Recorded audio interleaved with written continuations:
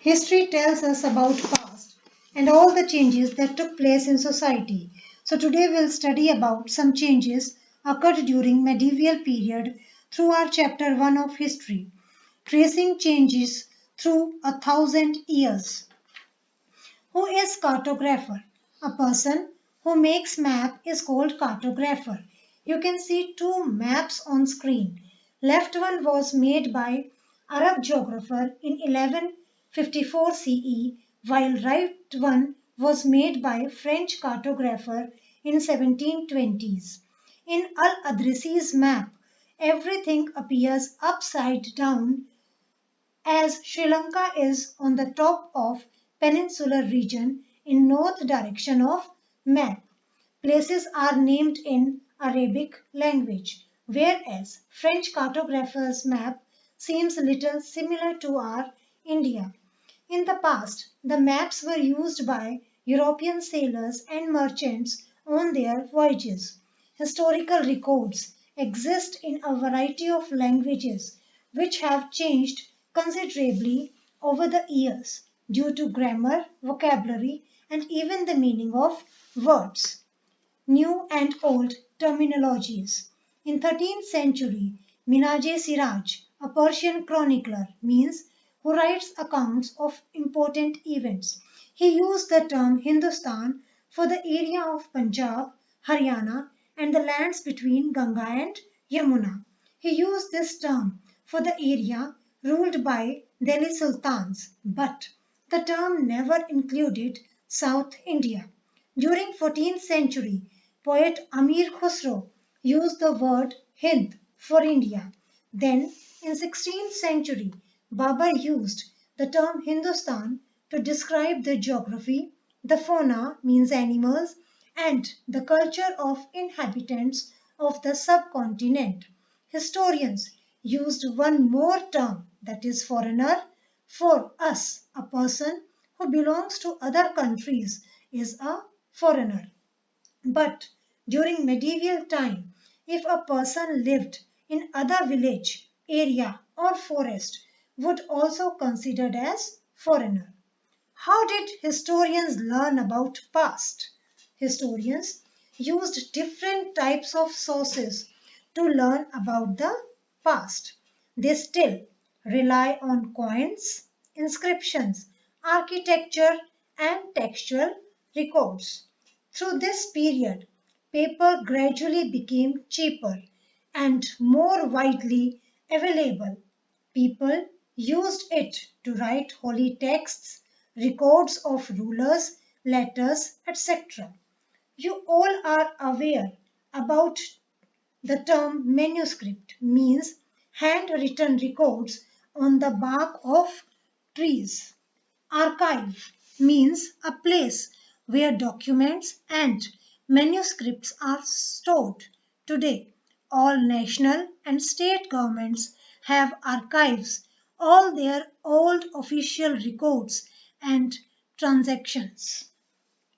Scribes. Scribes are the person who copied out the documents. As there were no printing press, so it was the duty of scribes to copy manuscripts by hand. If you have ever copied something from your friend's notebook, you would know that this is not an easy task. Sometimes you do not understand the things and you guess. As a result, there are small but significant differences in your copy. In the same way, scribes copied manuscripts, they also introduced small changes. Gradually, these small changes at last created totally different text. For example, during 14th century, chronicler Ziauddin Barani wrote his chronicle first in 1356 and another version 2 years later. Both works were different from each other, but the historians did not know about the existence of the first version until the 1960s. As the society was developing, so Many developments also occurred over the period between 700 to 1750. Persian wheel was used for irrigation work. Spinning wheel was used for weaving cloth, and different weapons were used during wars. New foods and beverages also arrived in the subcontinent like potatoes, corn, chilies, tea and coffee. This was the period of great mobility. Group of people traveled long distances in search of opportunity. Society became more differentiated. People were grouped into jatis or subcastes and were appointed for different posts on the basis of their background and occupations.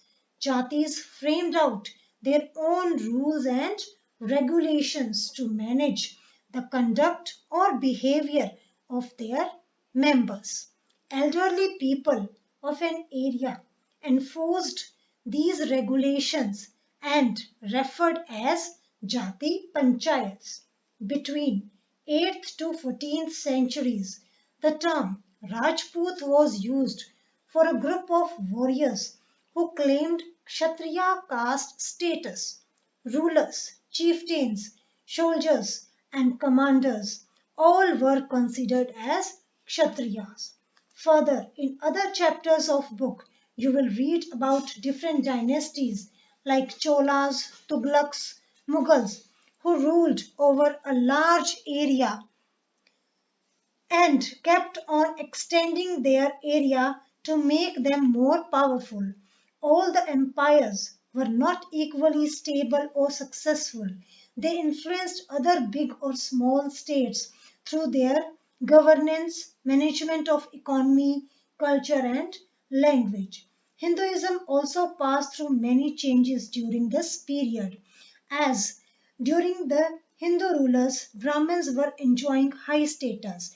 They were having the knowledge of Sanskrit and composed many epics as well as works in praise of king. Bhakti movement also started during this period, which was against all type of rituals and sacrifices. It welcomed all caste people equally and was against idol worship. Merchants and migrants first brought the teachings of Holy Quran, the holy book of Islam, to India in 17th century. There are two type of Muslims, Shia Muslims and Sunni Muslims. Shia Muslims believed that Prophet Muhammad's son-in-law Ali was the legitimate leader of the Muslim community, whereas Sunni Muslims accepted the authority of Khalifas, the early and succeeded leaders of the community. Historians do not see time just as passing of hours, days, or years. As a clock or a calendar, time reflects all type of changes like social, political, economical, and culture. In the middle of the 19th century, British historians divided the history of India into three periods: Hindu, Muslim, and British. This division was totally based on the religion of rulers and ignored the rich diversity of the subcontinent. Other historians divided Indian history as ancient, medieval, and modern. Ancient history includes early societies like hunter gatherers, early farmers, civilizations, emperors, etc. Medieval explains about the spread of peasant societies, the rise of regional and imperial formation, development of Hinduism and Islam, and the arrival of European trading companies. Modernity carries with it a sense of material progress and intellectual advancement. This is all about the chapter.